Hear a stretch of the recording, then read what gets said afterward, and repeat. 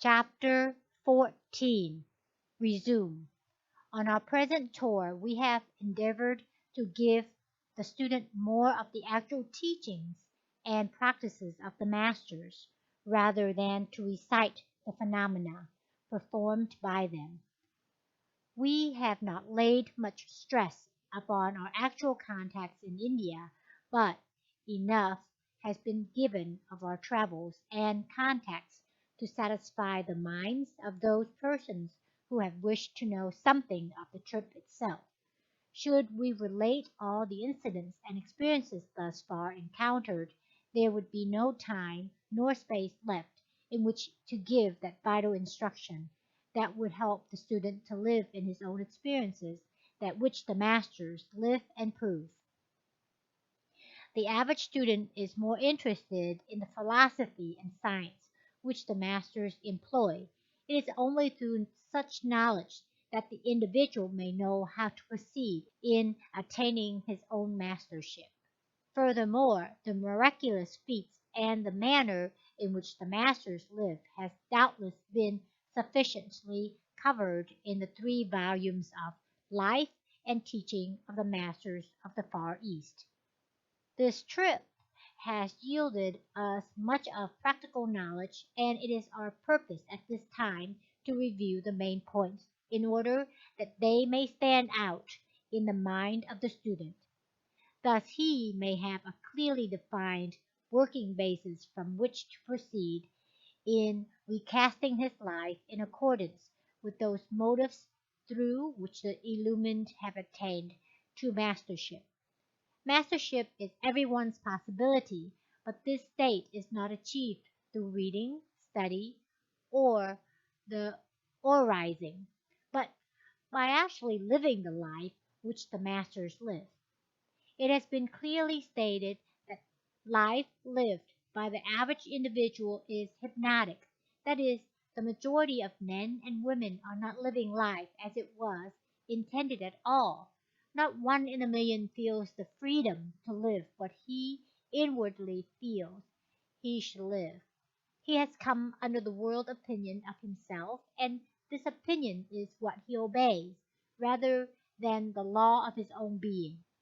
In this respect, and to this degree, he is living under an hypnotic spell. He lives under the delusion that he is a mere human being, living in a merely material world, and only hopes to escape it when he dies and goes to what he calls heaven. This is not the determination intended in the plan and purpose of life. Obedience to one's inner nature, the expression of life as he instinctively feels it ought to be expressed, is the very foundation of the life which the masters reveal as the only true mode of living. Now, the difference between the teachings and practices of the masters and those of fakers is that the faker only intensifies the hypnotic condition of the mind. Further, false and material pictures are so impressed upon the sensitive minds of the people that they are thrown into further states of hypnosis. The masters say that which seems external exists not at all, by which they mean that is not what appears that is the reality of life. The reality of life is that which moves out from the very center of one's being. They seek in every way to clarify their minds of world impressions and sit in a long periods of samadhi, silence, in order that they may see clearly that innermost trend of their nature. Then their next attempt is to live in thought, word, and act that movement which they have discerned within themselves. True mastery is living the instruction of the inner teacher, the inner self, and not seeking the opinions of the world. Nor does the method of the fakers differ in any large measure from much of the teaching and practice of the metaphysical world of the West.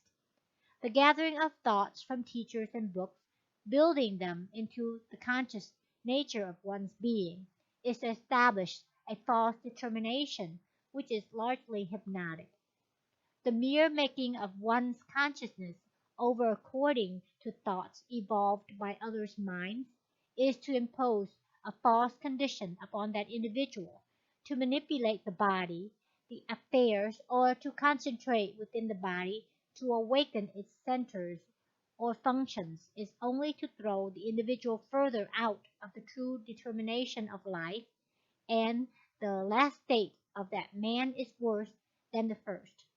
Instruction received from the without must be taken into the mentality and assimilated, analyzed, checked with the deepest facts of one's own inner nature in order to determine if it be true to the self.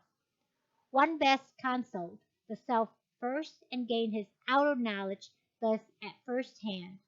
The first method is slow and retarding to one's progress, while the latter is swift and freeing.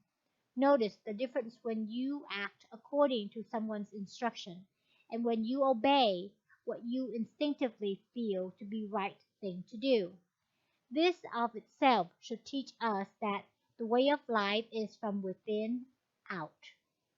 The forces of life are silent, and that is the main reason for the silent nature of the masters. That is the way they keep in harmony with life itself. Even our scriptures teach in substance that a multitude of words is not without sin.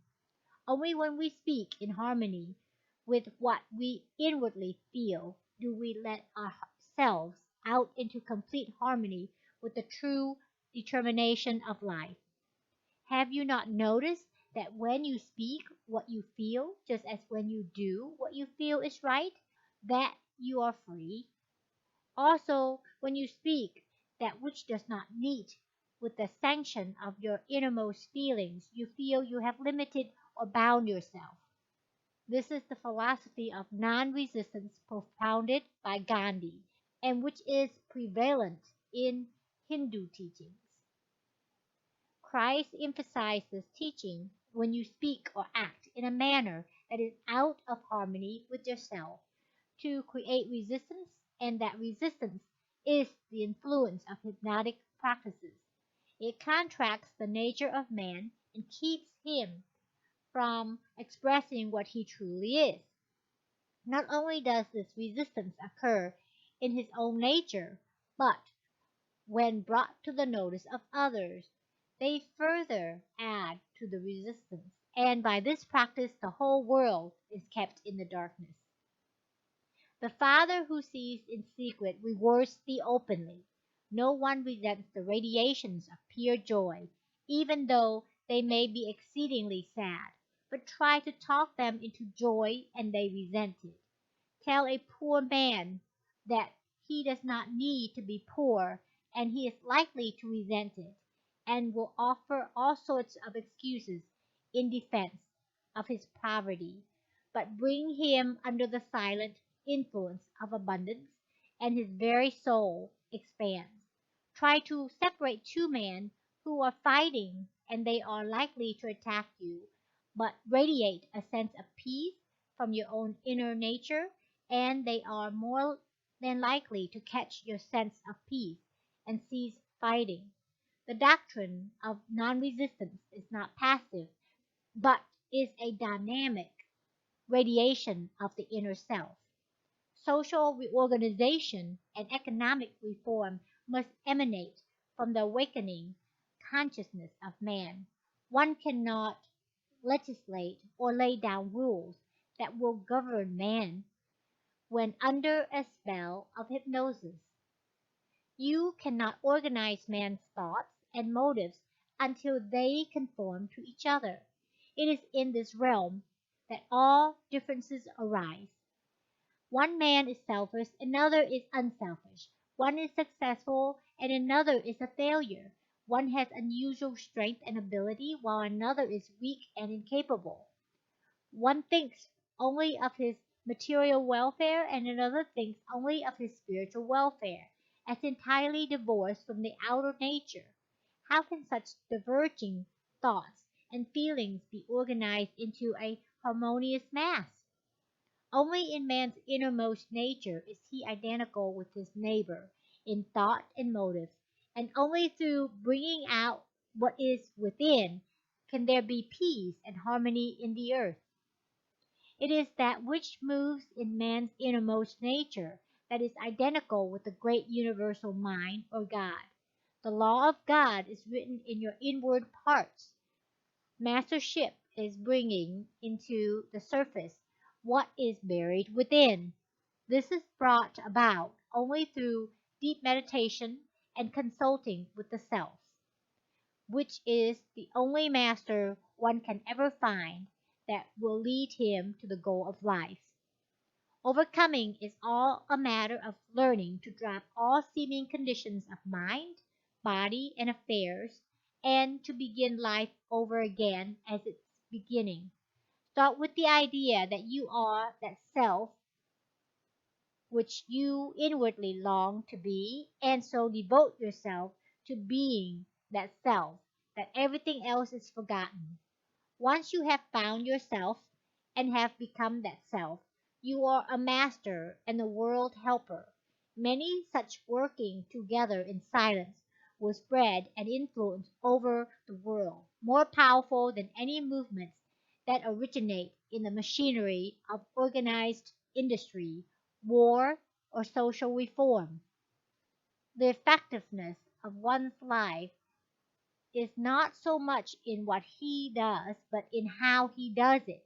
And how he does it is determined by the degree of himself he has discovered.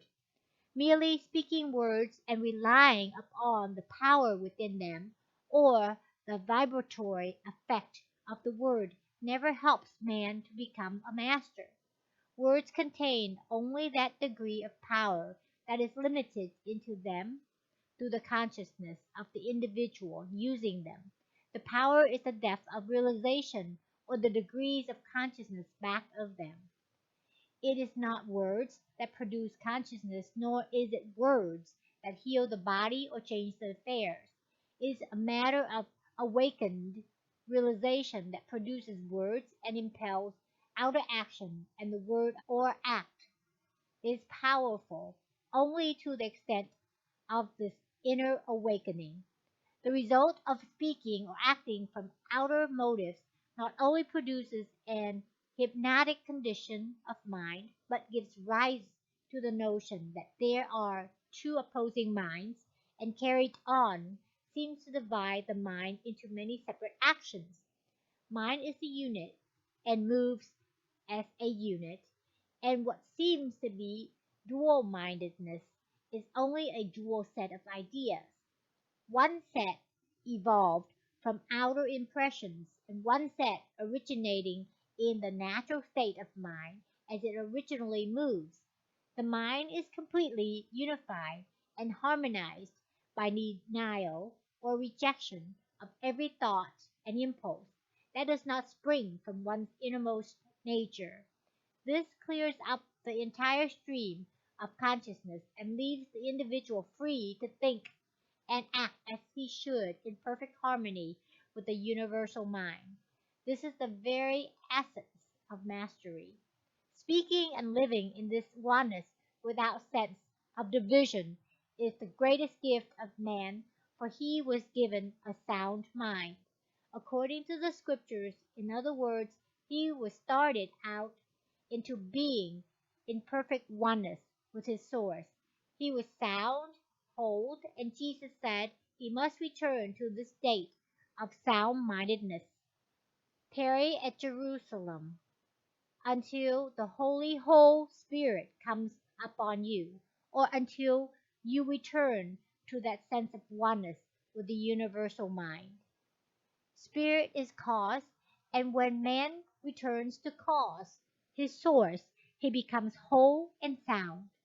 He is not only sound in mind, but sound in body, and his affairs become sound, for his entire being is united into that great unity which is the essential nature of all things. It is the soundness of oneness of all things and in and with source. Soundness or unity cannot mean anything less than the whole. It cannot refer to any individual or part of the whole. It must refer to the oneness of the whole. Everything is a center of unity, or a center where the oneness of all things must be preserved and manifest. To localize or segregate any fact is to take it completely out of its nature, and to lose its meaning altogether. When Christ spoke, "These and greater things shall you do," or when Emil said, "You can do these things just as easily as you can do them," they were speaking from this consciousness of the only true unity, the soundness of the individual in his relationship to and with the whole. This life of oneness is the life of the masters, and anyone may live that life if he will drop his alliances with institutions and religions and races and nations and accept his alliance with the universe. This is the Ark of the Covenant, which enabled the children of Israel to succeed, but when it was lost, they failed to gain their liberty from opposition. All separation is purely a matter of individual hypothesis. One cannot really be separated from the whole, for he is created within it, is a part of it, and is like unto it. Love is the great unifier in the consciousness of man, and to keep oneself always in an attitude of love is to progress toward oneness. It is the only preserver of life and health and ability. One need not try to love everybody, but he must eternally seek to help his nature whole through the increase of love.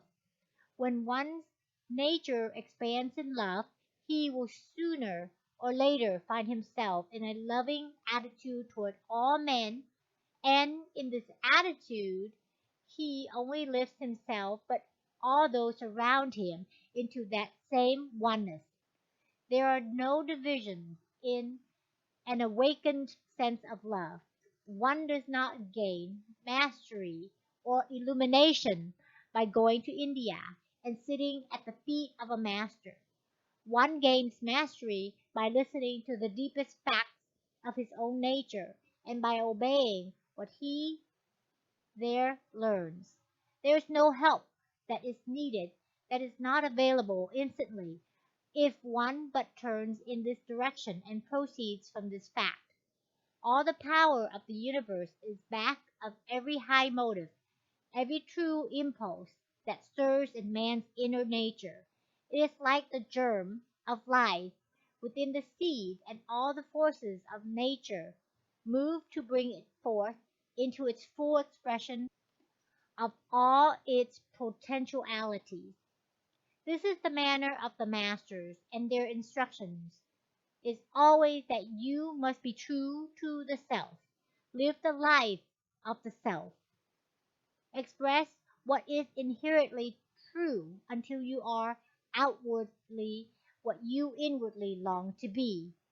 When man returns to this motive of life, all that there is in the universe begins to move in upon him, to manifest itself through him. Not only must man have the intelligence to direct him and the power to do that which is to be done, but also to substance that nourishes and supports him in the doing.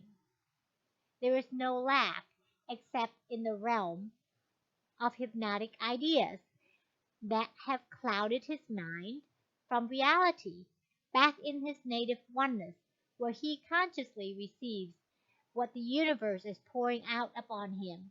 There can be no lack in any phase of his being, nor in his affairs. The quantum theory is the approach of science to this basis fact of life, and there can be no true science, religion, social structure, or successful living outside the undefeatable and indissoluble oneness of all things. This is the road to mastery, the life of the masters, and the only true life there is. It is to be found just when you are in the secret places of your own inner nature. The masters teach that liberation is to be found in this and in no other way. Christ speak in the man Jesus and said the same thing when he said, "No man cometh until the Father but by me." The same Christ in you speaks the same message to you. Your only contact with the Master is through the mastery in yourself. End of chapter 14. End of volume 4.